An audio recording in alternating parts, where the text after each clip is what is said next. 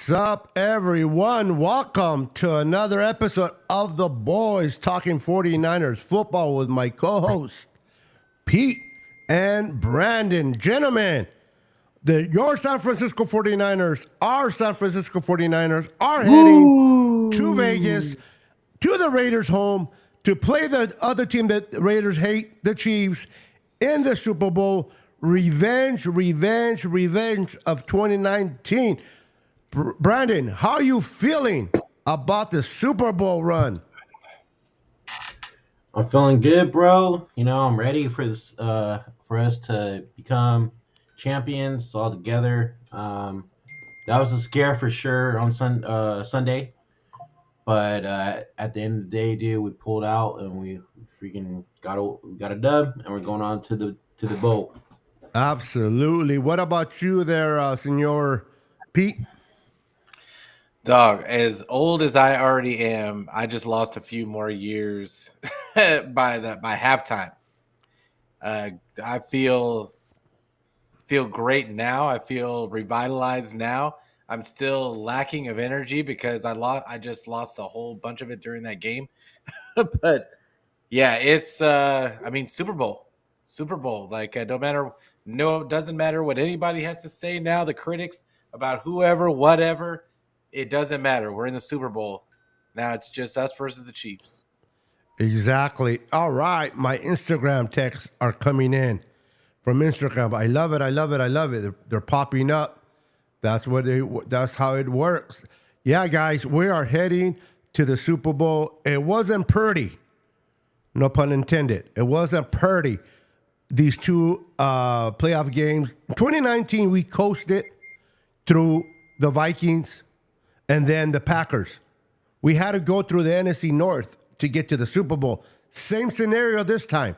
We had to go through the NFC North, Packers, and Lions, but it wasn't as easy. It was more challenging.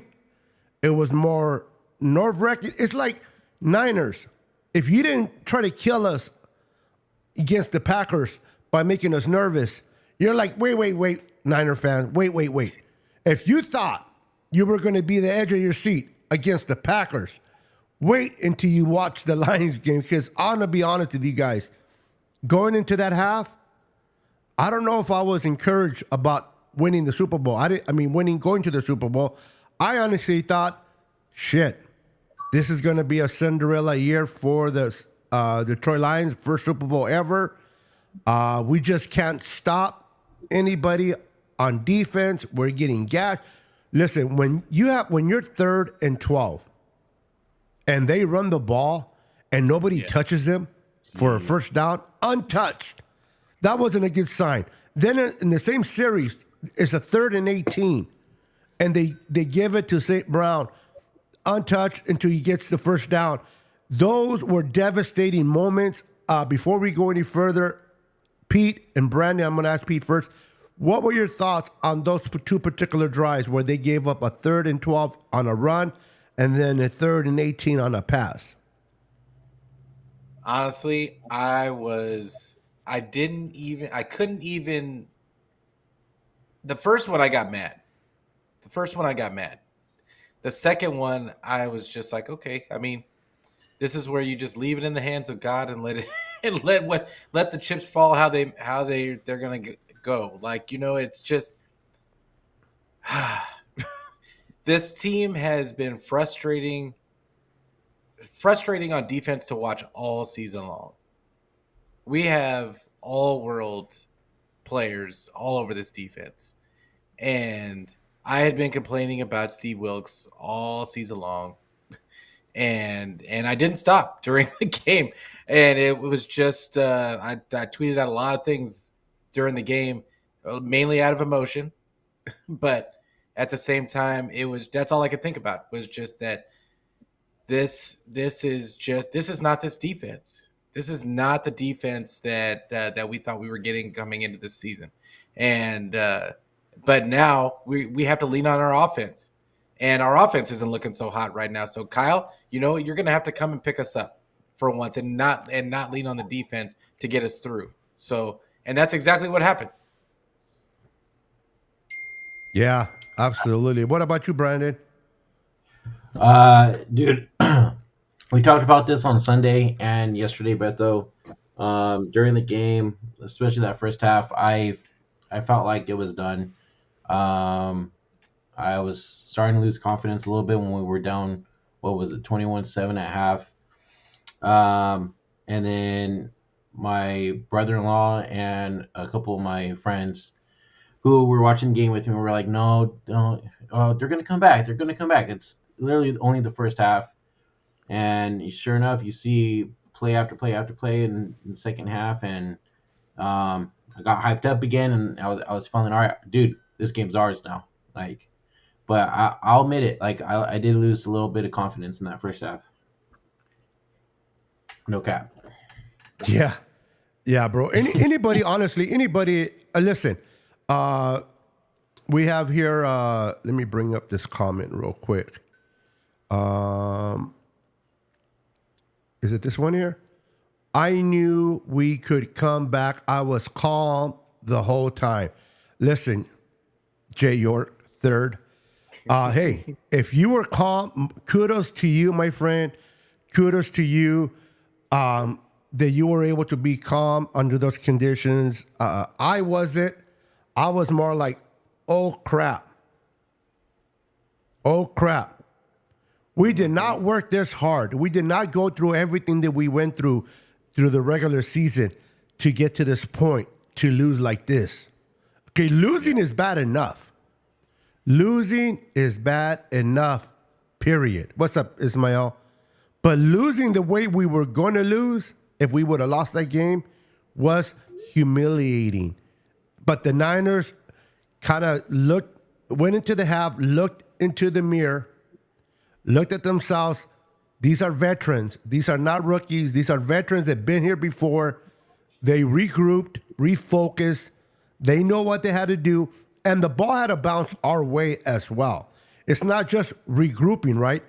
It's also that the ball had to bounce our way, and it did. It did. That throw to Brandon Ayuk, which hit the guy, went through the guy's hands, hit him in the helmet, face bounce, and then if that thing would have bounced to the opposite side of Ayuk, it would have been an incompletion. To bounce the way it did, and Ayuk to be aware to catch that ball. I don't know about you guys, but that to me felt like a turn of events.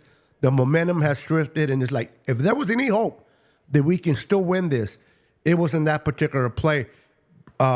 Pete, what was going through your mind when Brock Purdy stepped back, let it go, and it was heading towards the defender's hands? What were you thinking, bro? I mean, I thought it was going to end up being an incomplete pass. I didn't think the guy was actually going to catch it. Like, Okay. I was just hoping for a penalty. I was hoping that there was a penalty because Ayuk isn't the greatest of jump ball guys. Let's just be honest. And but what I was thinking at the time is I'm just glad that he's airing it out because they've got to loosen up this defense somehow. The defense was kind of sitting on all their whole passing offense up to that point. So I was kind of happy that he threw it, but it really, it was one of those plays, in the playoffs, things happen. Weird plays happen. Sometimes the ball bounces off of Jaquiski Tartt's hands, like in an NFC Championship game, that could seal a game.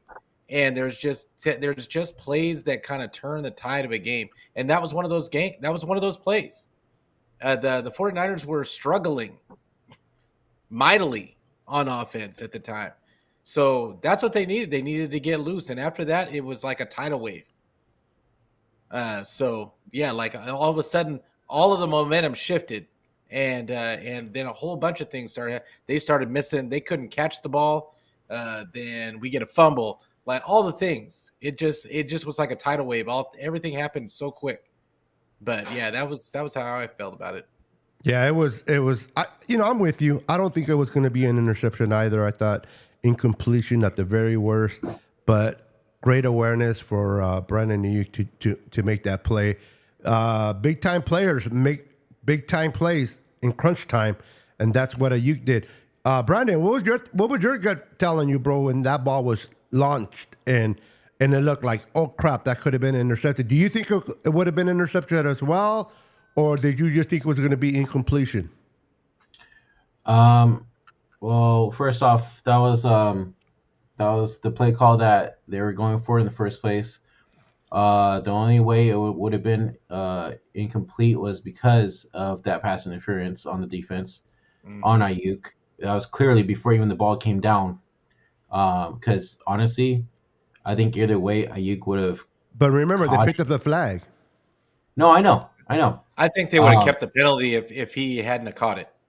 Yeah, I Okay. agree. That's why I think they picked up the flag just because. That clearly he was a caught pass interference. That No, clearly I'm was. agreeing. No, It, I'm not it should have been a disagreeing with legal you. contact. It should It have was been legal Yeah. contact. illegal Even contact. that, because you saw the defender go right into Ayuk. Ayuk was going for that ball, and I think he would have caught it. To be honest with you, but like Ayuk said in the post game, there was a little ladybug on his shoe before the game, and it just it just happened. It was so-called luck. So I mean, Thank the God eye for the awareness ladybug. from Ayuk was just phenomenal Shout on to the getting that ladybug. ball. Hey, forget about Lamar Jackson MVP. Let's give it to the ladybug. Yeah, exactly. That's going to be our new catchphrase now. Shout to the ladybug. Yeah, that's the true MVP. The ladybug brought more play than Lamar did on his game. But yeah, I'm with you, Brandon. You're I'm being with too you. real. You're being Yeah. too real. Don't say anything bad about Lamar. Oh, Because I mean, God knows Mind you, you can't say anything Lamar's bad now about 2-4 Lamar. in the playoffs. yeah, Lamar. Yeah, dude, he doesn't deserve the MVP, but that's a whole different discussion for another day, man. He does not. What's up, David Villa? My beautiful wife Renee's in the house. Welcome, Ronnie Montoya is in the house. What's up, Ryan Montoya? How you doing, sir? Good to see you. But yeah, bro, I'm with you. It was a crazy, bizarre game. The whole giving up the gashes and the first quarter, second quarter, it looked dim. It looked like, man, is this it? But one thing I'm very, very proud, and I want to give a hand of applause, is that stadium was still full in the second half. Maybe because the prices are expensive for a NFC championship game, but nobody left.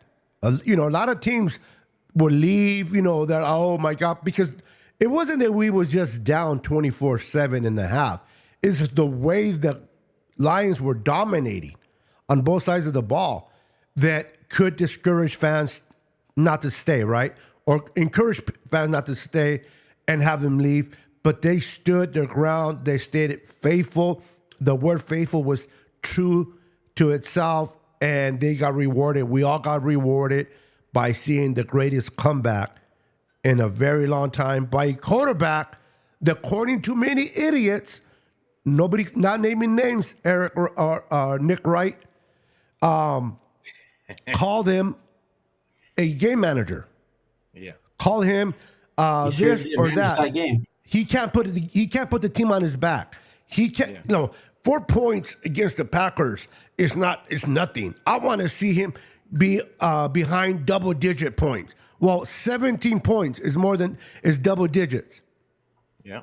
Okay, and he brought him back, and he put that team on his back with those unscripted runs. You're not going to sit there and tell me those runs were scripted. They were unscripted. He was going to get that beautiful throw to Juice, where he was Mr. Ballerina. Beautiful catch, by the way. That was beautiful. That throw that kind of scared me to Jawan Jennings over to the, when he threw to his right. And I'm like, but that looked like kind of like a Patrick Mahomes type of throw. Big time players make big time plays. This kid was unstoppable. I don't know about you guys, but the defense, you know what? Isn't this funny? The defense worries me more and going into the Super Bowl than the offense. In the 2019, I was more worried about the offense than I was the defense. But if we get the defense that we know we have, that played in the second half of the Lions game, this game's going to be interesting. What worries you, Brandon, more, the offense or the defense going into the Super Bowl? Dude, that defense is starting to get suspect to me.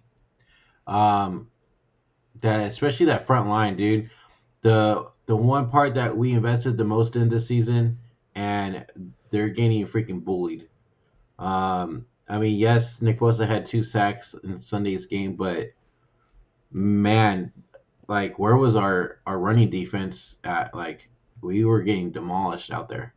So they need to clean that stuff up for sure because Isaiah Pacheco is no joke as well. Mhm. Um, and just the defense needs to step up. The way they played in that second half is what I want to see all game come Super Bowl. It's plain and simple. Like we know what kind of defense we have. Go out there and show it. No more of this nonsense bullshit that we've been seeing the past 2 weeks. Okay, I'm with you, this bro. is We can't this start is it. slow. Not against Patrick Mahomes. We start Cannot slow start slow. against Patrick Mahomes. Let's give it up. I mean, we cannot start slow against Patrick Mahomes. Hmm. But this offense of the Chiefs, Pete, it's not the same offense they had in No. 2019. They had Hill, they had Watkins, they had Right. I Like forgot who else they had. The roles really are reversed. Yes. Like if you mhm. really think about it, It really because is. the 49ers had an all-world defense at the time, Hmm. and then they had and then their offense was the one that was just kind of like we would do enough to win games. And Hmm. and now the roles have reversed. Pat is as much as I love Pat Mahomes, I think Pat Mahomes is one of the greatest of all time, Oh like yeah. already. Like but as much as great as he is, they struggle to score points. The They most they struggle. ever scored 30 twice in the whole season. Yeah, Only like twice. they struggle to score points. They don't have a lot of weapons on the outside. They have Kelsey, and they have Pacheco and Rasheed Rice, and that's it. So it's gonna come down to like can the 49ers do what the Chiefs did last time we faced them in the Super Bowl, which is just be too much offense, just too much offense for them to overcome. And can they score more points than the Chiefs do? And that's really what it comes down to. And don't succumb. And hopefully Andy Reid doesn't realize he's up 10 in the fourth quarter and just stops running the ball entirely. Because that's what happened to us in the Super Bowl last time. Is we were up 2 scores in the fourth quarter, and Shanny just forgot how to run the ball.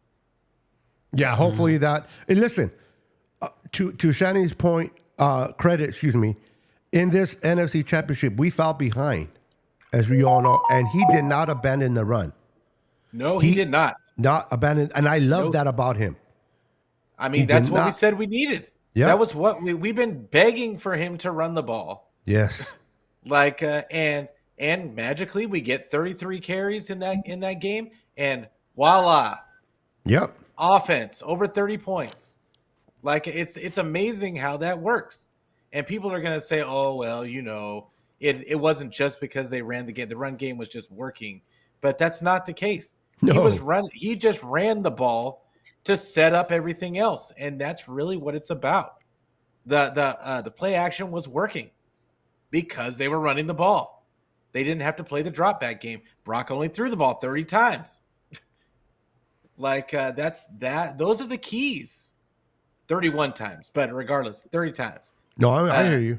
And like those were my keys to the game, was that they had to run the ball, and Brock needed to throw the ball 25 to 30 times a game. He did not need to be, if he was going to throw the ball 40 times a game again, it was not going to be good. So I was really happy to see all of everything that transpired. It looked like Shanny, like a light bulb went off finally. Yeah, most definitely. I was nervous that because we fallen behind, are we going to start throwing the ball like crazy? When you have Christian McCaffrey, the best running back in the NFL, but Shanny had different plans. He used them. He continued to run, set up the play action, and we were able to move the ball. Plus, we got a couple of bounces. That strip fumble Couple. that was beautiful. I mean, it was a rookie mistake by the running back. I think a veteran A veteran back would have not done that because the exchange was kind of wrong. I think a veteran would have just fell to the ground and just lived to play another day. The fact that it was a rookie, Gibbs is a wonderful rookie. He's going to be a great running back, but he was a rookie. He made a rookie mistake, and we took advantage on it. Gibson stripped it, and Eric Armstead was there to recover. And although he was on that play, we had to run it in. I think we scored on that series, right? On that, so we were able to. I believe, if I'm not mistaken, we tied it. Yeah, we had short. Yeah, we had short field. So everything. I mean, from being 24 to 7, was it in a span of what 6-7 minutes? The next you know, we're tied up. Yeah, it was crazy. It was crazy fast. And I want to say what's up to my guy Twin. What's up, Twinny? He has been calling. He has been calling these games. He's been on my show the last 2 weeks, and he has just been calling everything that he's saying. It just comes to pass. So I gotta say big up to my guy. What's up, Twin Empire in the house? What's up, brother? Good to see you. There was a question, not that I'm going to divert from where we're speaking, but there was a question that was brought up earlier, and I would love for Pete to address this. He looks like he loves the linemen. So Roberto Davis brought up a question. He says, McKivitz is no better or worse than McClinchy. Do you see the Niners addressing the O-line in the draft or free agency? Trent can't play forever. You want me to take this? Yes, sir. Okay. I would hope so. I've been really begging them to draft an offensive tackle the last two drafts. The last two drafts in my mock drafts, I picked two offensive tackles in both of them. And it's but the 49ers seem to only do things when they absolutely need to, or they pull one out of their hat and they just make a crazy trade. So who knows? Who knows what could happen in that draft? I don't necessarily think that they're going to draft somebody high. In the first round, I mean, I think the last offensive lineman they drafted high was McGlinchey, and 9 overall in the first round. I don't know, but I would hope so. I have a feeling it's going to be a defensive lineman, but just because it's the 49ers, but I would love for them to draft a tackle. Yeah, I would too, and I think they will address that not only for the fact that McKivitz wasn't as good, but he was decent. I think they're going to try to find eventually the replacement for Trent Williams, and I think I wouldn't be surprised. I want to ask you, Brandon, if you will be surprised or not that they go with a tackle in the first pick in this year's draft. Do you think they'll go tackles? I know they're notorious for going defensive line. That will shock me more this time around. Do you think they go for an offensive lineman with their first round pick? I want them to, but they're going D-line. I already know it. They do it every single year. Doesn't matter what it is. Doesn't matter how good our line is already. Yeah. They're going to pick a defensive line guy. So just be ready for that. Don't be shocked or surprised. I'd be surprised if they actually do pick a freaking right tackle or anybody in the offensive line. Yeah. That's clearly the priority that they need to work on, but I doubt they're going to do it in the draft. That's an interesting take because I as much as I'm with you, Brandon, they always go defensive linemen, but they have to realize that you're not going to pick up an offensive lineman in the free agent. And if you do, you're going to pay an arm and a leg, right? Yeah. And but let's just say there is one that comes up. You're going to pay money for that individual. You're looking at trying to bring in and keep Brandon Ayuk and some other guys. I don't think that's the smart way to go. Drafting offensive linemen. And I know you can pick in the 4th, 5th, and say, listen, when you get corners, linebackers, certain spots, I can see them going in the 5th, 6th, and 7th. When you're talking about offensive linemen, you better pick them in the first 3 rounds. How much did they pay for Trent Williams? And I'm talking Uh, about for the draft compensation. just a third and a fifth. Yeah. So don't think that that's not a possibility. That's all I'm saying. Like, is that 49ers, like in the NFL in general, there But they always took a seems to chance be. on Trent, bro. They took a chance They because did. he hasn't They played for a did. whole year and it paid off. Yeah. But if Don't you think bring that you bring a top lineman, bro, it's not going to be the same. I mean, it wasn't so much of a gamble. Like, he was already known. There was a bunch of teams that wanted to trade for him, and Kansas City was one of them. yeah. So it's not like it wasn't a bidding war. That was what they got what they could get for Trent Williams, and like, but don't think that they aren't going to be looking at some middle-aged offensive lineman that might just be coming out of their prime, and just trade a third or fifth for that guy. Like, there's just a lot of options. I don't want us to pigeonhole ourselves into thinking that it can only be a draft. Like every single year during this time in the off season, things just happen that shock the hell out of everybody. So just don't be surprised. I think that they are going to get a lineman regardless, and a tackle regardless. It'll just be interesting to see how they do it. Yeah. Real quick, I just want to address Ronnie Montoya. Don't quite understand your question because, you know, he's referring that doesn't look like himself in the playoffs. Do you think it's due to the injury or just getting back into football? I don't know about you guys, he played well. but this guy is playing. I mean, he's dominating in these two playoff games. Yeah. He is dominating. He's killing. Armstead is like arguably the best defensive lineman other than Nick Bosa in that middle. He's stopping the run. He's putting pressure. He's not getting sacks, and that's a misleading thing with sacks. I love sacks. You want to finish a pressure with a sack. You want to get home. I understand all that. But you got to look at the all 22. You got to look at how disruptive is he? Is he taking on two defenders? Is he pushing the pocket back? Is he putting pressure on the quarterback to step outside instead of stepping in?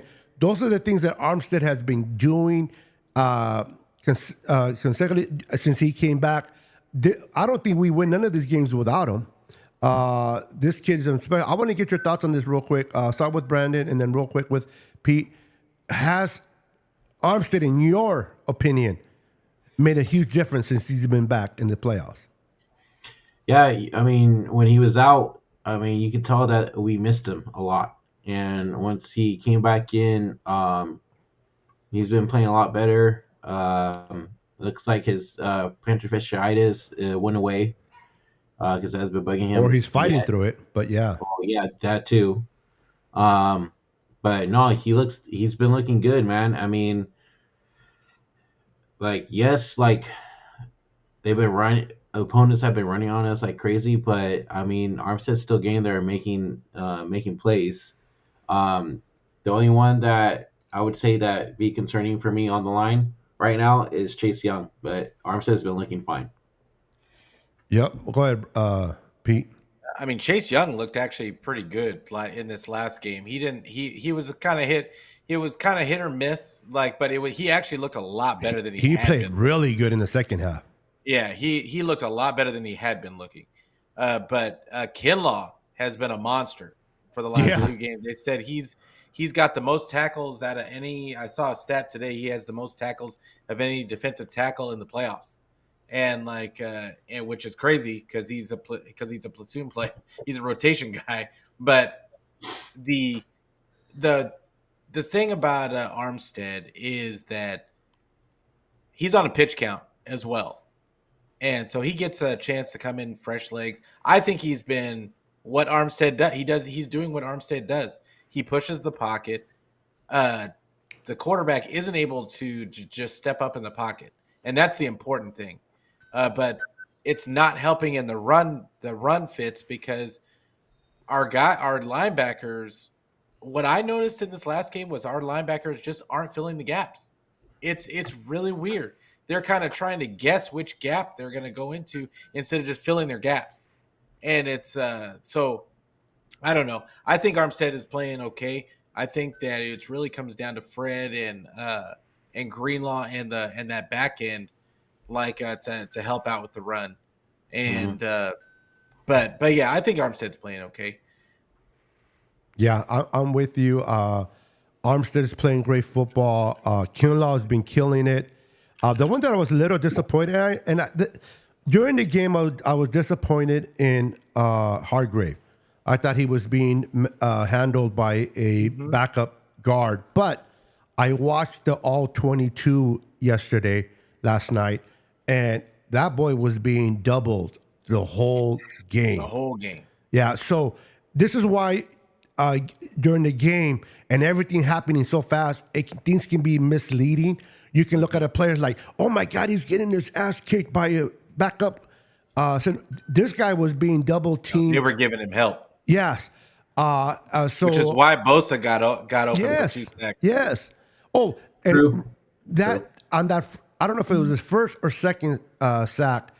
I love what I was going to say D'Amico, but I love what Steve Wilkes did, where he called the blitz with Greenlaw, and made number 58 pick who you're going to defend. Greenlaw that's coming straight at you, or Bosa that's coming around you, and that was a beautiful call because it allowed Bosa to come through and get Jared Goff on the ground. So that was a beautiful call. People out there that wanted Steve Wilkes again fired in the first half, listen, guys, you got to watch film. No disrespect. I'm not here to disrespect no one. You got to watch. Does he make some calls that question your, is he D'Amico Ryans? No. Did I like D'Amico Ryans a little bit better? Yes. But I don't see a lot of stunts in the front, but what he's been doing has been good football. He made his proper adjustments, and he came out and played good. Pete, I know you want to say something. Heavily disagree. Heavily disagree. But anyway, go ahead. Sure. No. Go ahead. Sure. I want to hear what heavily you have to say disagree. About him. I feel like he puts us in bad spots. I feel like guys are left on islands to get tackles. And if they don't make the tackle, it looks like, okay, well, they just got a bunch of missed tackles. When in the past, we had our defensive coordinator, not just D'Amico, but Saleh was big on this as well, is just go. He wanted those guys playing like their hair was on fire and just go after the guy. Everybody, gang tackling. And that's really what it was about. I feel like Steve Wilkes has these guys thinking too much. And that's there. It's all about his scheming and not just playing football. It's the coverage. The coverages just don't make sense to me. And when it's really his he doesn't disguise anything. Thanks, Norse. He doesn't disguise anything. And teams they talked about it in their own press conference. A couple of different teams said that well, we kind of watched tape, we kind of knew what their tendencies were, and we went straight off of that. Steve Wilkes is not trying to disguise anything. He's going to do what he's going to do, and when you don't hide it, teams are going to, this is the NFL. They're going to take advantage. He doesn't disguise things often, but I want to correct you on that fourth and when they went for it, the second time they went for it, where they flustered Goff and he had to run to the side and he threw short the pass. It was because Steve Wilkes disguised that defense. They were showing man pre-snap, and then they changed it. They changed it up to zone. What was the score? What was the score at that point? I can't remember. What was it? We'd already given up points. That is my point. But he made adjustments. I get it. Making adjustments is a different thing than just playing good defense to begin with. This team was number one against the run for the last 2 seasons. Now all of a sudden you're in the building and nothing changed. You get Hargrave, you add Hargrave, you add Chase Young. I could see maybe they don't get it as well as everybody else. But at the same time, the base of your defense is the same. You cannot have that many good players on a team, and the only common denominator is that you're calling the plays. Like, and all of a sudden now we're not a good run defense. If it Mhm. was one or two players that just weren't making plays, I could see it. But it's the whole defense. They weren't as aggressive. And even if you want to say it's one or two players, that falls on you as well. Because you are the coach. You're the one that gets these guys schemes these guys up, gets these guys going and ready to play. But he can't tackle for them. Okay. Well, how many great players do you have to have on? How come can you explain to me how you could have this many good players on a defense and it changed so drastically, and the only common denominator is that you're calling the plays and you're coaching? I don't know. I think it's just easy to blame a coach when things don't go right. And things go right, everything the coach is great. Plays, though, man. But you still have to execute. I'm with Twin Empire here. Players got to make plays too. They got to Absolutely. execute. They got to execute. Of course. But they used to gang tackle, and I mean, you could even see it on D'Amico's card. It was called, the whole scheme was called Swarm, because it was all about gang tackling. Okay, well, we don't do that anymore. Because He leaves guys D'Amico on islands. Yeah, but he's not D'Amico. He has his own style. Islands. Okay, so then that's what's going to happen when you have your own style. When he has his style, you're going to leave guys on islands. They're going to miss tackles from time to time, and there's not going to be anybody else around to tackle, because that's what's happening. That's why we're so bad. What was the most points the Niners gave up all year? It's not about the points. It's not about the points. What do you mean it's not about the points? It's not about the points. You points. can move up and down all you want on the field, but if you don't score, that's what matters. We're getting the games that we lost, we were getting killed in time of possession. Why? Because we were playing bend but don't break. Okay, well, that's great, but they're taking up all the time. And then your offense doesn't have a chance to get on the field and score, because now if they don't score every time they go out, then now it's a problem. And then we're blaming the offense. So it's in my opinion, Wilkes, I'm just not a fan. You're going next, Brandon. I'm just not a fan. Like, everybody has their opinion on it. No. And it's fine. Hey, and I respect your opinion, really do, Pete. And I'm glad you bring it up. I do yours as well. Because we're not always going to agree with it. Listen, nobody wants to watch a show where all three of us agree on everything. Let's be honest. Ain't nobody going to want to watch a show that we're all going to agree on everything. It's always good to have healthy debates about what we think of what we see. Doesn't mean that I'm right. Doesn't mean you're right. It just means that you have your perspective on what you see. I have mine. And it's beautiful to bring it in respectfully into the show and speak what we believe in, and then, and have healthy debates. So I will always welcome that from you, Pete, because this is one of the reasons why you and Brandon are my co-hosts here, because I love that you have your own mind. You're not going to sit there and always agree with me or this or anybody. You're going to sit there. If you agree with me because I'm saying something you agree, you'll say you agree.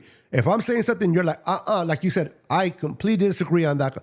Hey, that's okay, because you're bringing your flavor, because I'm pretty sure there's going to be a lot of viewers that are watching this that agree with you. And they're not going to agree with me, and others are going to agree with me. And that's the healthy part. Brandon, I'm sorry, bro. Go ahead and say what you have to say.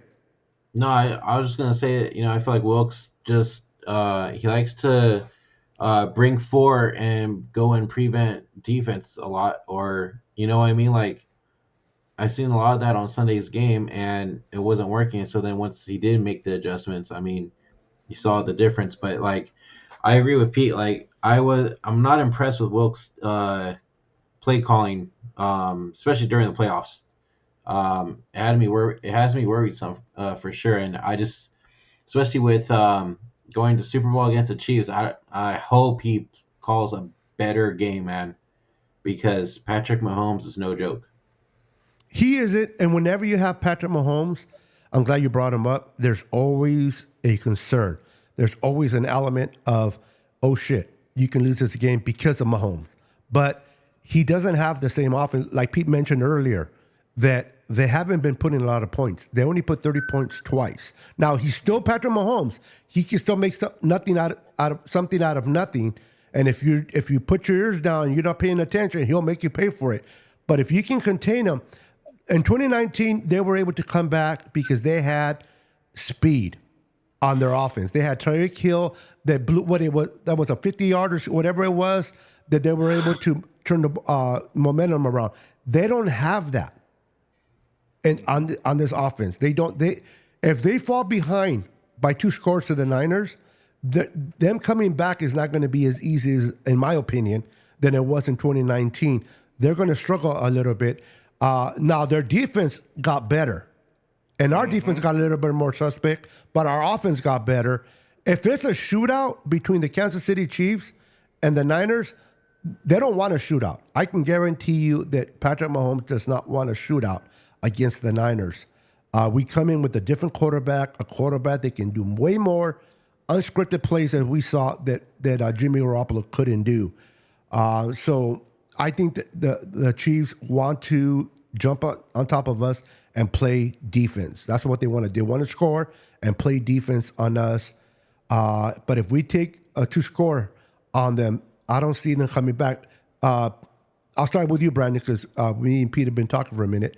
You let us know if we start 14 points ahead of the Kansas City Chiefs, do you think they will struggle coming back because of the lack of the weapons? I mean, they only have the rookie, a receiver, Rice, number 4, and then Kelsey. Now, Kelsey went for 11 for 11 against the Ravens, so he's definitely somebody we're going to have to stop. But would you be more concerned, or not? What's the word I'm looking for? Would you be worried that they can come back like they did in 2019 because of Patrick Mahomes? As long as Kyle doesn't make the same mistake he did in 2019, and that is letting off the gas, then no, I don't think so. But once again, it's Patrick Mahomes. He can do fucking anything. Plus, the Chiefs' defense looks pretty good, man. I mean, I ain't gonna lie. I give them props for how they've been playing too, as well. So that's my take on that. But we just gotta go all gas, dude. No brakes. Yeah, go ahead, Pete. Yeah, it's not just the Chiefs defense, the players, because and I see you down there, Twin. I'm not gonna we go like you can come on my show anytime. We we can do this all day.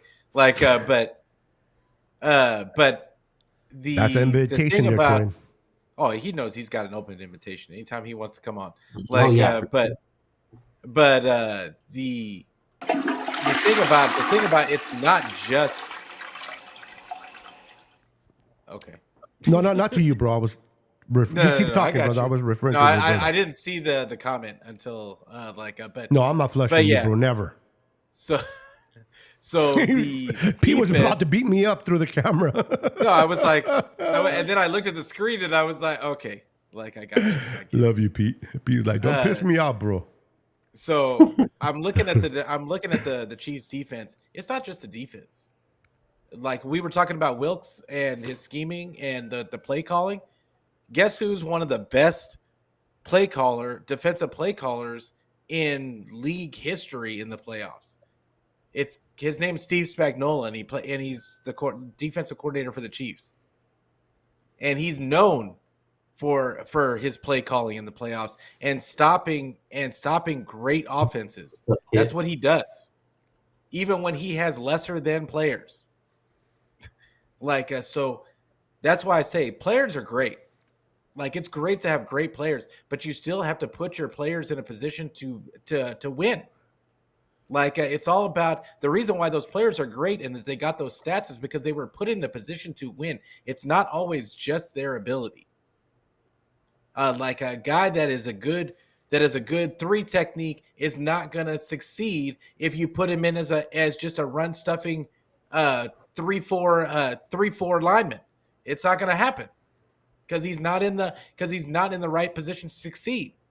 Even if he was all world before he got there. That's not going to happen.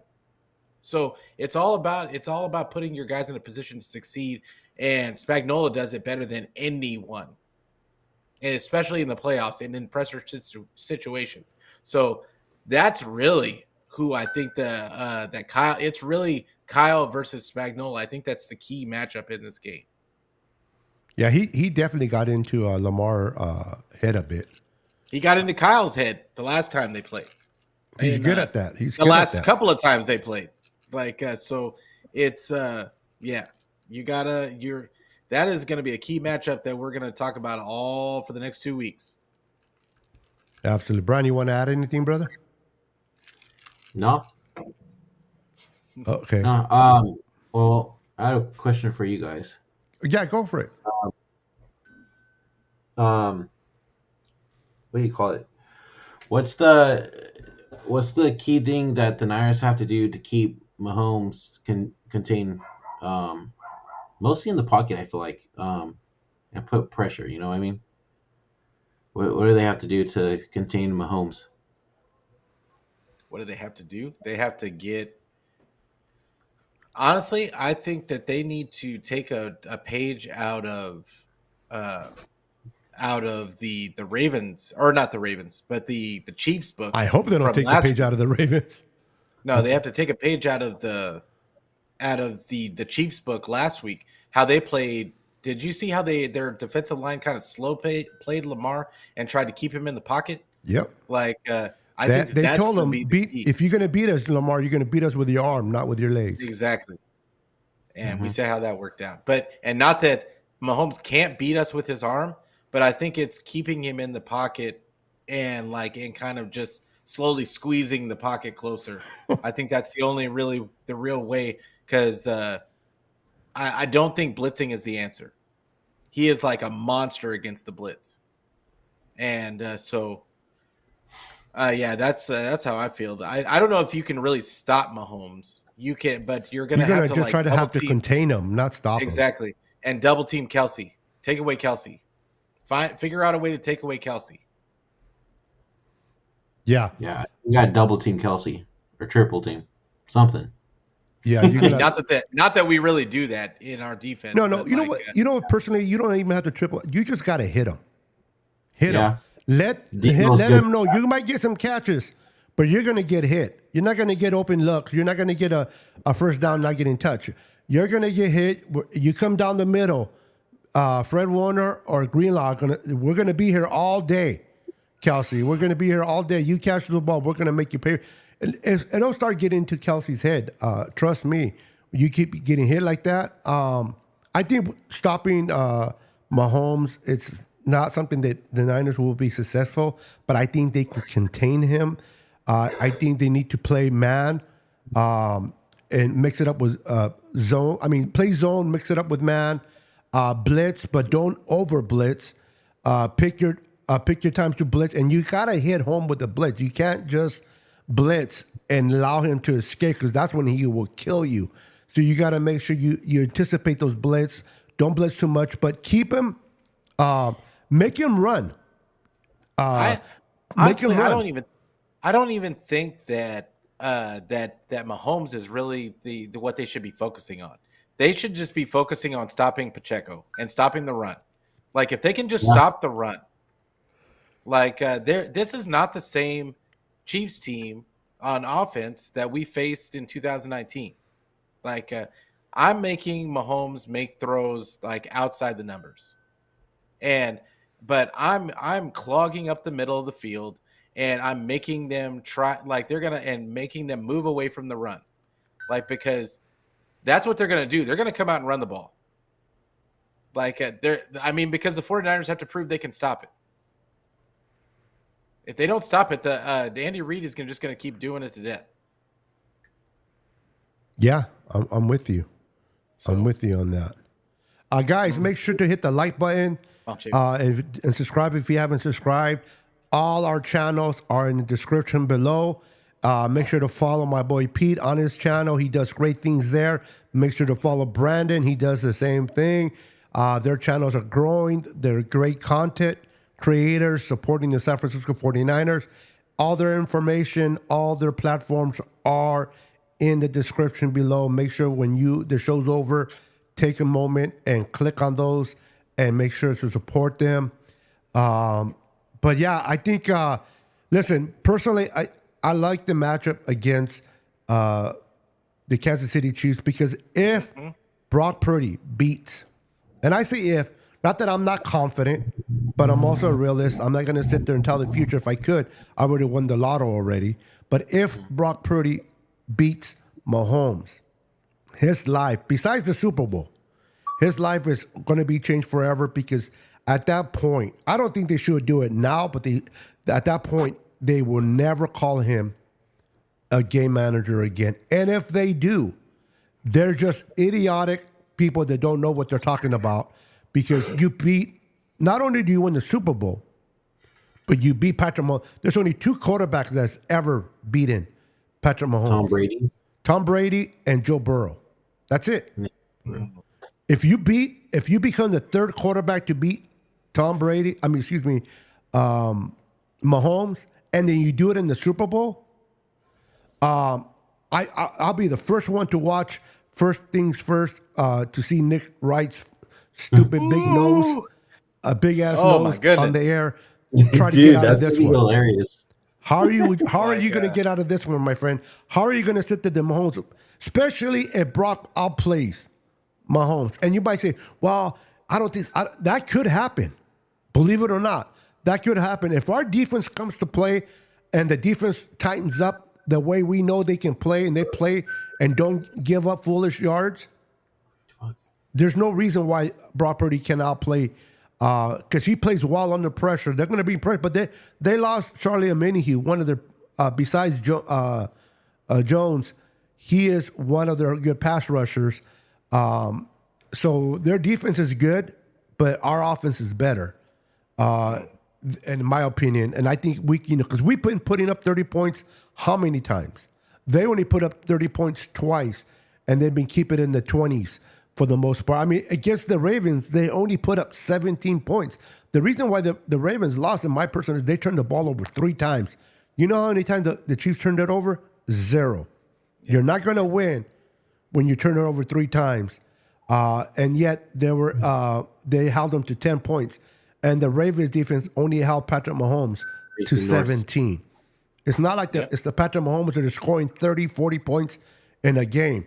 I'm not worried about their offense. I'm more concerned about our defense, if you ask me. Oh, absolutely. Hey, what's their passing defense ranked right now? What's up, David McNiner? They have 2 really good corners. I know that. Yeah. McDuffie is a good. He's an all-pro. And L'Jarius Sneed is nice. Yes. Their linebacking corner, and they're physical. And they're physical. Yes.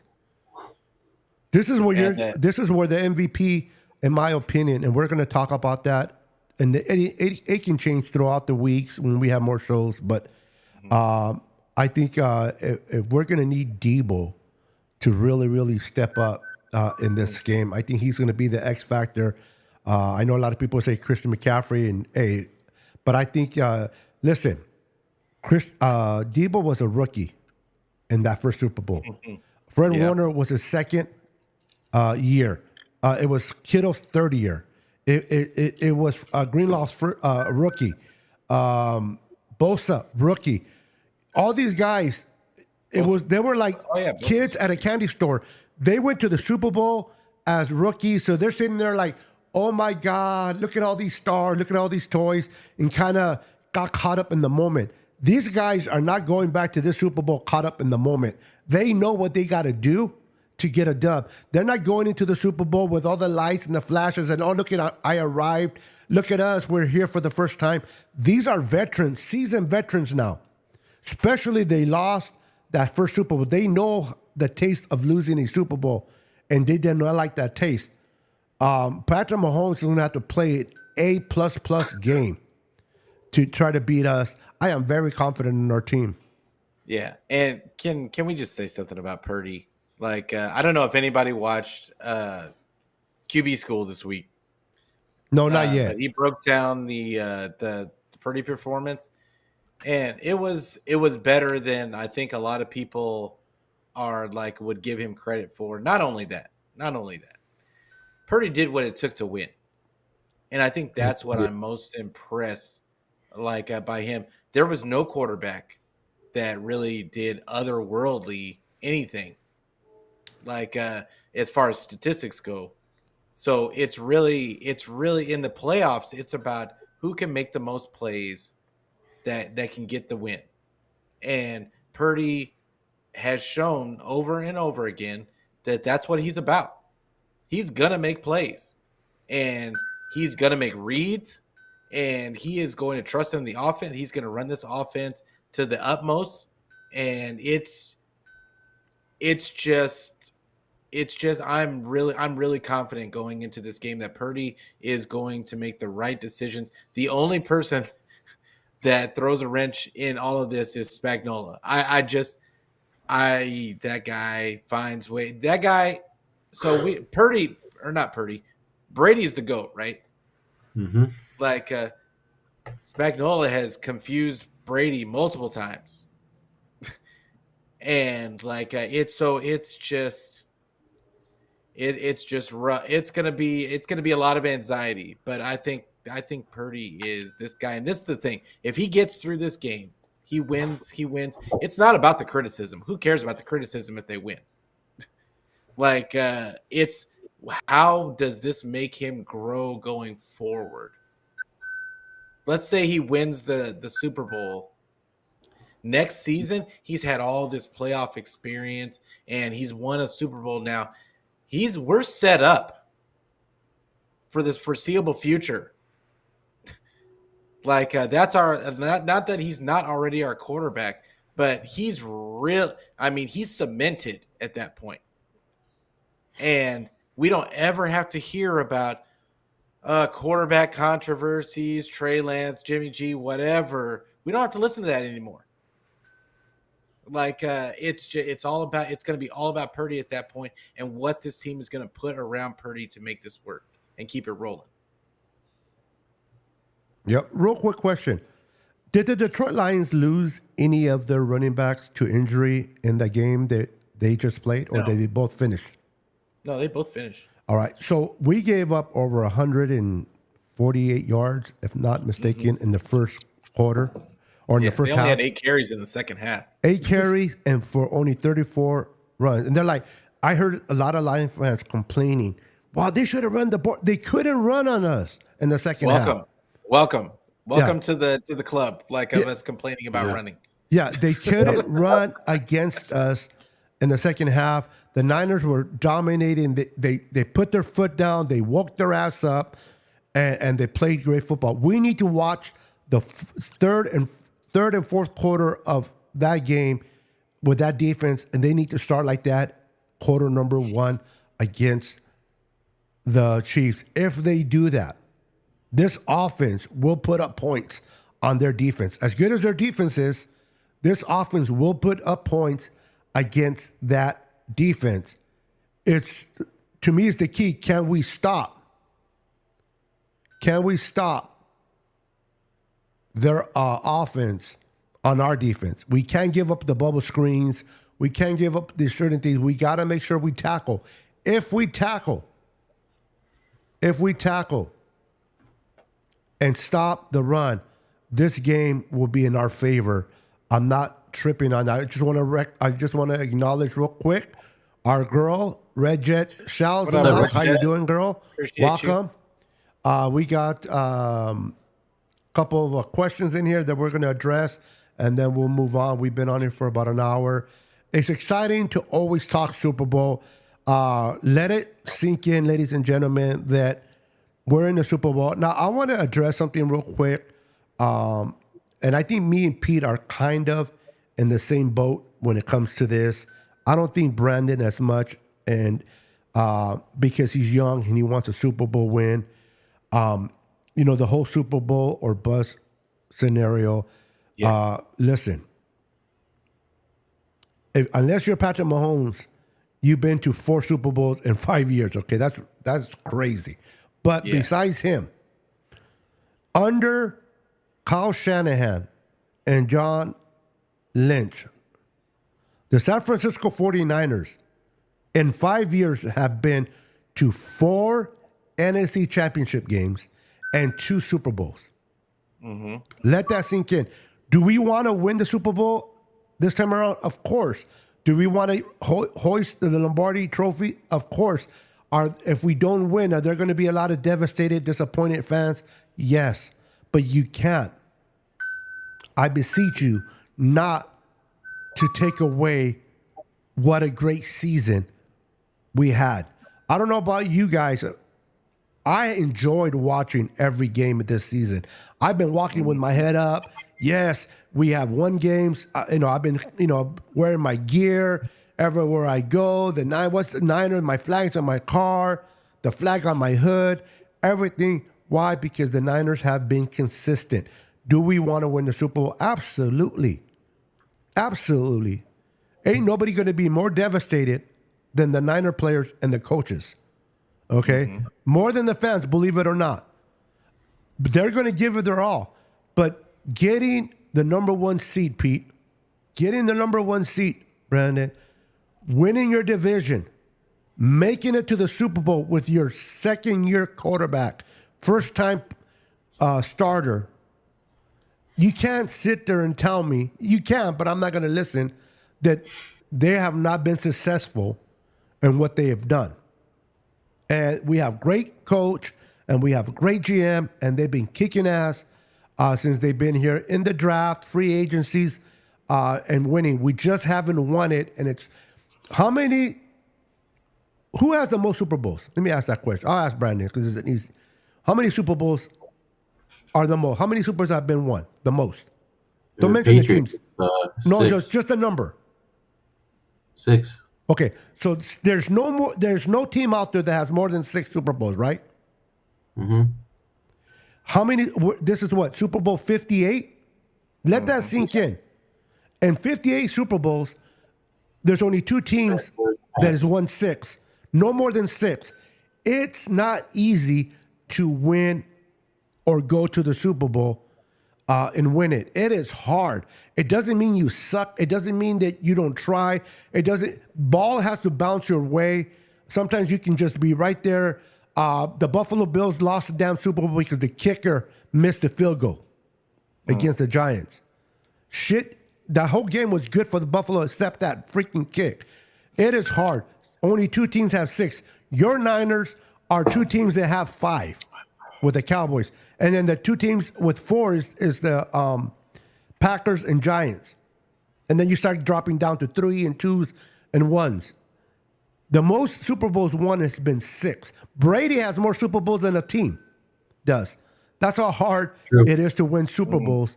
So all I'm saying is, if we win a Super Bowl, great. I'll be right there with you. We're going to the parade. We're Super Bowl champs. But I don't know, the whole fire Kyle, if we don't win a Super Bowl, is a bunch of BS. Who is saying fire Kyle at this point? Like, yeah, who says that? Who is saying that at this point? Like, Brandon knows who. For real. There is no I love him though, but there is no team that would not trade places with you as a fan. If you want to go root for that team, then go for it. There's no team that is not gonna trade places with you. Maybe the Chiefs fans right now. Yeah. But other than them, who else? Nobody would trade where we are as a team and as a culture and as an organization right now than where the 49ers at 4 out of the last 5 NFC championships game, national NFC championship games, and then you're going to your second Super Bowl. Come on. Kyle's not going anywhere. Get used to it. If you're complaining about it still, then you might as well just start looking for another team. Yeah. Because he's not going anywhere anytime soon.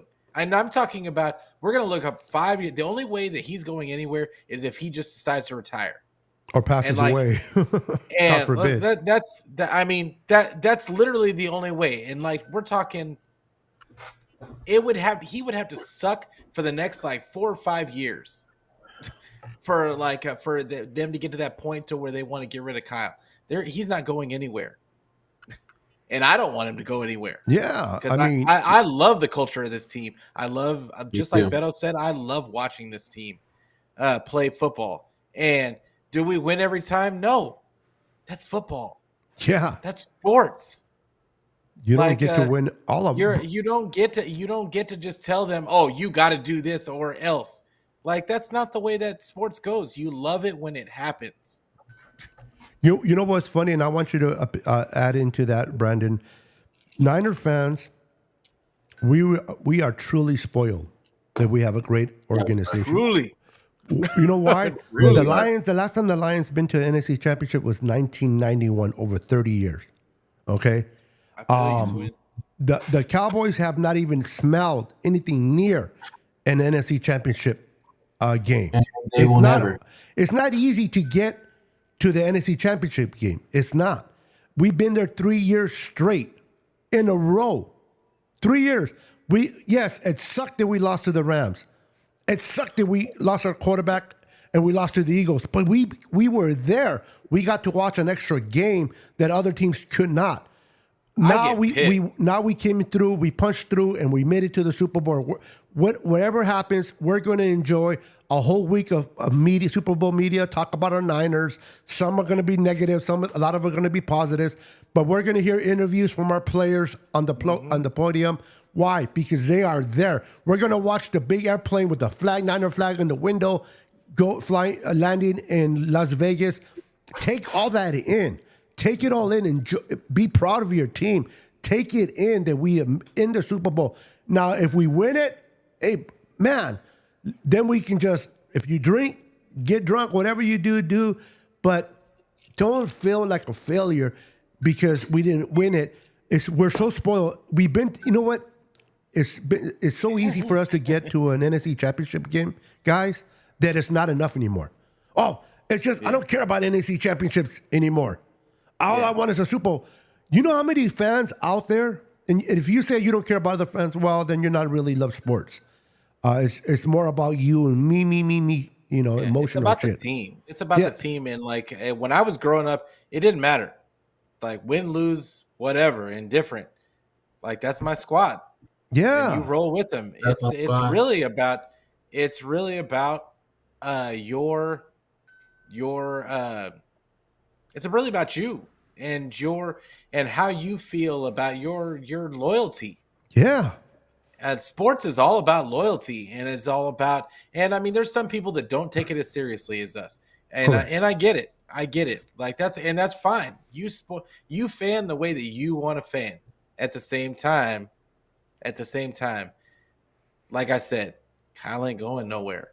So you can complain. Why would you want him to go? Who are you going to replace him with? But that's what I'm saying. Everybody can fan the way that they want to fan. You want to complain? That's fine. No problem. You're going to be complaining against that wall over there because he's not going nowhere. So you can get mad about it, but unless you're going to go somewhere, unless you're leaving and going to be a fan of another team, just know that you're going to be frustrated. Question real quick. Name me top 5 coaches right now in the league. Top 5.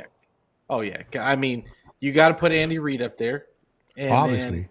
Then, I would put Tomlinson up there. Mike Tomlin? Yeah. I wouldn't my God, bro. You are trippy. He hasn't had a losing season yet. He hasn't. So what? Oh. So what? You're just contradicting yourself. No, I mean, I didn't. Like what I said is that if you're looking at they haven't had a lot losing season. When was the last time Tomlin was in an AFC Championship game? When was the time he had a quarterback since Roethlisberger left? And he still even when he had Roethlisberger. He had Roethlisberger, and he won a Super Bowl, an AFC Championship, and he won a Super Bowl. Okay, he won. He's got one. That doesn't mean he's top 5. Is he top 5 because he got one? Okay, go ahead. Name me your top 5. I will interrupt. Sorry. Top 5? Name your top, and I will ask Brandon. Think about yours, Brandon. Today. And everybody in the chat, do the same if you like. Like today, I would say, let's see. Let's go like Chiefs. Let me look at let me make sure that I'm not forgetting anybody. So I would say the Andy Reid, number 1. Okay. And then I'm going to say, this is going to piss off a lot of people. That's all right, bro. This is your top 5. I'm going to have to put McVay in there. Okay. And then I'm gonna say John Harbaugh. I was gonna say. And then I'm gonna say Kyle. Okay. And let's see who else we got.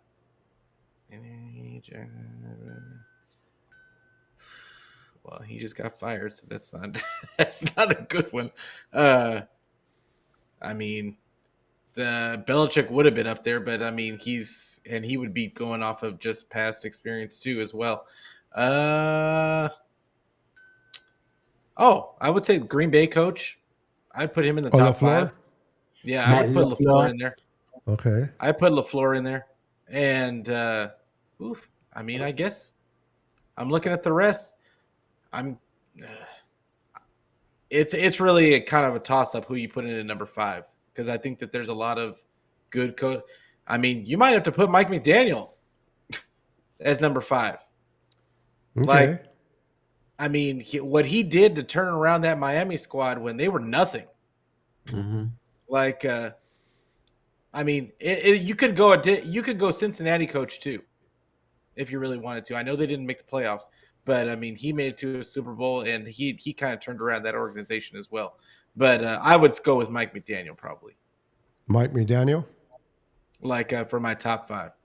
Okay, real quick, let me bring in the super chat, and then we'll give it to Brandon so Brandon can do.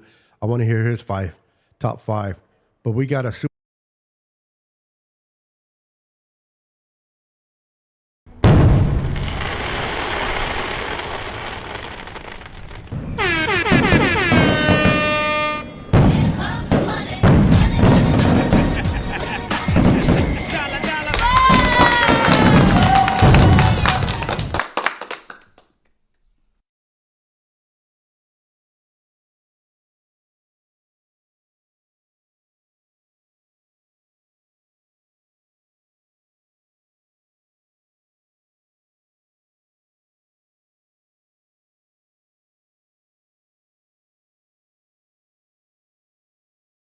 Go ahead, beat, and then Brandon, give me your 5 after.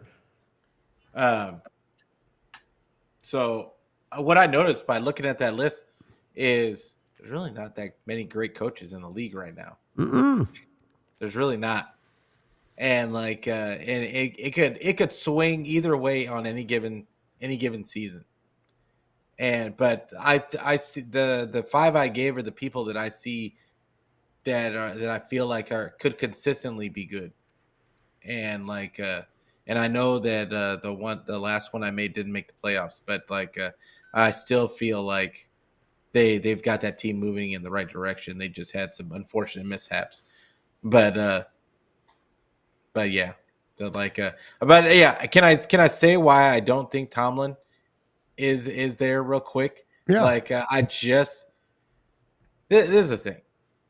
I don't give kudos to people just for being mediocre.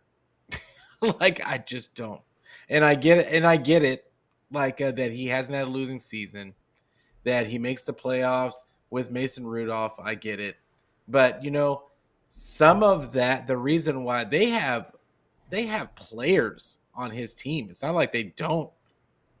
Like he has struggled to find an offense that works. He's struggled to find a quarterback for his team. He's struggled to keep his team healthy, just like Kyle used to get blamed for in the past. He has struggled in those aspects. And like, if you're okay with just barely making the playoffs and then getting blown out, hey, like, go for it.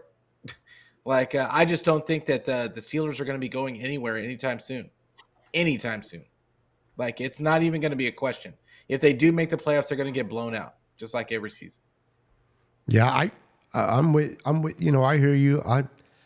He's one of my top, at least top 10 coaches out there. Top 10, yes, absolutely. He's an amazing coach, a never losing season, and he motivates his players. Players love him, play for him. And real quick, before I answer Twins Empire's question, Brandon, who are your top 5 quarterbacks, buddy? I'm gonna go with Andy Reid, Shanny, Matt LaFleur.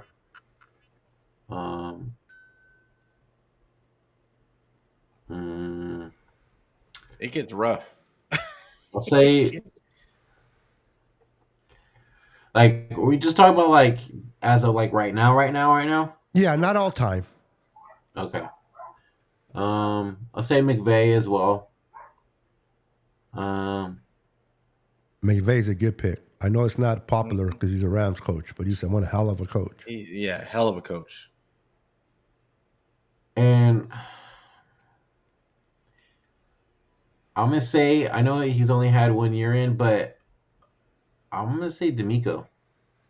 Ooh, I wanted to say him, You know, but I hear where you're yeah, coming from, Brandon. I do, and I love D'Amico, but I need to see more consistency yeah, than just that's 1 year.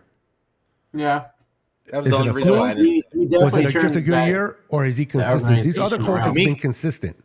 Yeah, D'Amico is a leader in men. Like, Yes. let's just be clear on that. Like, And I he's not think dropping that, his shorts like Mike Singletary. yeah, yes, he is all the good things of Mike Singletary without all the pant dropping. Sean Payton has kind of fallen off of the grid for me, honestly. I think Sean Payton was more of a. I think Drew Brees carried him, if anything, than You him got to being give a him great coach. credit for what he did. Like he did pull that team out of the depths this season. Like I will say that team Yeah, but looked he's the like same a guy that gave up complete. 70 points too I get it. But at the same to time, Miami. that team was in dire straits. It had no direction. No, that's true. It had no direction, and he came in. He put what's it called, Russ in his place. And I get it that people feel bad about the way that he treated Russ, and he probably could have handled that better. I'm not saying he's a nice guy. What I'm saying is that he did come in there and he got what? How many wins did they have? They almost made the playoffs. Yeah. And those came late, by the Yeah, way. they went on a streak. Yeah. So I mean, yeah, you got to give the man Sean Payton his credit. He is. I think he is a really good coach. I just think that he's not the best human being on the planet. But I mean, Yeah, there's only one coach that I will replace Shanahan with immediately is Andy Reid. He's the Yeah. only one that I will replace Shanahan with. I like Shanahan. Does he make some moron plays? Is he conservative when he shouldn't be? Does he not go for it as much as Dan Campbell does? He's not as aggressive, blah, blah, blah. If you really want to nitpick, you're going to always find something no matter who it is. But look at the body of work. See, people look at what's happening today. Look at the body of work of what Shannon has done. Not only that, but he has changed since 2017. He has made adjustments. He made improvements. He's not the same coach that he was in 2017. He's a better coach than he was then. Just like Jed York is a better owner than he was when he first took over. oh, much. He's not in he's not in the cameras no more. He hired, let him coach. Everybody learns from their mistakes. It's show me a body of work. If you can show me that you have changed and gotten better from day one to where you're at today, I'm encouraged by that. I've seen a lot of great things. Again, 4 NFC championship games and 2 Super Bowls now under Kyle. But yet people want Kyle fired because they don't get what they want. They want a Super Bowl or they want this or Kyle doesn't do it. And it's funny, I do it sometimes too, so I'm in the boat, but a lot of us content creators, for the most part, know better than Kyle. But we're sitting on the camera on YouTube, and Kyle's getting paid millions to coach. Yeah. At the end of the day, Kyle knows better. Now, it doesn't mean that we have to agree with everything Kyle does. No, I certainly don't. And it's nothing wrong with criticize Kyle. One thing is about criticizing for what he does wrong, fine. But asking to fire him, that's just in your feelings. When you ask to fire him, criticize him. He does this wrong. He needs to change this. He needs to stop being so damn conservative. Look at the game against the Lions. That last touchdown they gave up. Yep. He played conservative and people, well, it's Steve Wilkes. Steve Wilkes listens to Kyle. Mm-hmm. I guarantee you, Kyle tells Steve Wilkes, put your foot down and don't let him score. Steve Wilkes is going to try not to play preview defense. I hate that, by the way. You I could hate tell that. a couple of times in that game that the camera was on Kyle and he was in that microphone, and you knew he was talking to Steve Wilkes. Yep, he wasn't Like talking to his there was a mother. That's for couple of sure. times. Yeah. Like Yeah, he was so, pissed, but especially real when quick, we were getting gashed. real quick question before we get out of here because I got to get going. Yeah, Like it's been over an hour. Sorry. the McVay or Shanny. Shanny. I would take Shanahan. And I know think we're going to McVay's speak a better player sentimentally. coach. Like I know sentimentally we're going to always say Shanny. Like but do you what do you think of the culture that the 49ers have as opposed to the culture that the Rams have? Because the Rams, say what you want, they came in, they weren't supposed to win 3 games this season. No, he can coach. He can coach. If you can put the coaching play calls, the way he writes down play calls, Shanny, into McVay's head and combine them two, holy crap, you might get a Bill Walsh out of it. Let me tell you, McVay.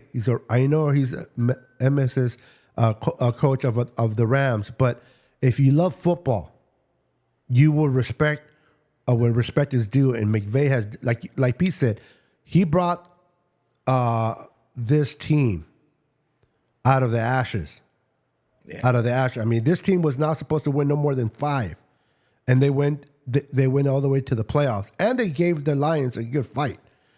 You know what I mean? Yes, they have Stafford, but he had a bunch of rookies. One thing I like about McVay, they had the most rookies starting on any team. He trusts his rookies way more than Shanny does. Yeah, and if rookie makes a mistake for McVay, he will still allow you to make another mistake. Shanahan, you make one mistake, especially if it's crucial, you're done. And that's one thing I don't like about McVay. Shanahan. That's one thing I like to. But if I had to choose one over the other, man, that's a hard one because, hey, love it or not, McVay won a Super Bowl already. Yeah. Shanahan hasn't. True. So there's no denying That's why it's a rough question. But I love Shanny. And for better or for worse. And I feel like it's going to be so satisfying when he gets this ring. Yeah. He's going to get it. And I just feel like it's going to be so satisfying because all of that talk at that point becomes moot. It becomes moot. No longer can people say, "Oh, well, he's better because McVay is better because he won one already." That now they'd be in the exact same spot. They'd both been to 2 Super Bowls, and each one of them got one. So, yeah, I just think Shanny's behind the 8 ball. You're right. This is Shanny's second Super Bowl. If he wins it, you were making reference if we win it. Then yes. If we win it, and I want Shanny to win it so bad because I just appreciate the everything that he brings to the table and the culture him and John Lynch have built. I just think that people take that for granted so much, and that the culture of this team, heck yeah, they do, is just so ill. It is so ill, to have a team where the players. I mean, think about this for a second, and I'm going to make this quick. Think about this for a second. Active players from other teams were coming to have to get into the pregame warm up with our current players because they had to come back because they love Solomon this Thomas team so much. You had who else? Aziz. Aziz. Yeah, Aziz. It's just they came back and just a support. Yep. That speaks to the culture that this team has put together. No backbiting. Nobody's above someone and else. It's all business. Yep. The you know what McGlinchey you said that what he loved about the process was that they were fully transparent with him. They told him we're probably not going to be able to keep you. Yeah. You may not like him, but you know he's going to he's going to shoot it straight. And Sherman said the same thing. He said he appreciated the way they just came to him and said and told it exactly the way it was. Yep. They did And not run around the bush. They said it. That's really what it's about. I think that a majority of teams and businesses and corporations and all these would just do that. Just be honest about it and what it is. We would have a lot people would have a lot better cultures in their buildings. Mm-hmm. Yep. Brandon, anything you want to say before we get out of here? No, just make sure you hit that like, subscribe button on all platforms. We're all live on each of our channels. Platforms. The links are in the bottom. If you don't have their Twitter or their Instagram, whatever you may not have of them, look in the comments below and you'll see it there. Click on it. Go support them. They do great work. Gentlemen, it's been fun. We'll be here next Tuesday, God willing, at 6:30 to talk more football. Everyone in the chat, you guys been amazing. You guys are the MVP of tonight. Appreciate each and every one of them with your amazing comments, keeping the chat engaged. It's when we go fight later. Yeah, let's go get number 6. Let's handle our business. Regardless of what happens, though, we are in the Super Bowl. We're going to have fun. Take it all in. Enjoy it. Don't stress out about who we're playing, this or that. Can we win? Enjoy it every day and take it one day at a time. If we get the victory at the end, we're going to enjoy it that much more. But don't ruin it today, what's going to happen in about 2 weeks. Enjoy it. All right, guys, we are out of here. God bless. Take care. Go Niners. And Brock Purdy. Go Niners. Thank you for managing the hell out of this team. Peace. 10,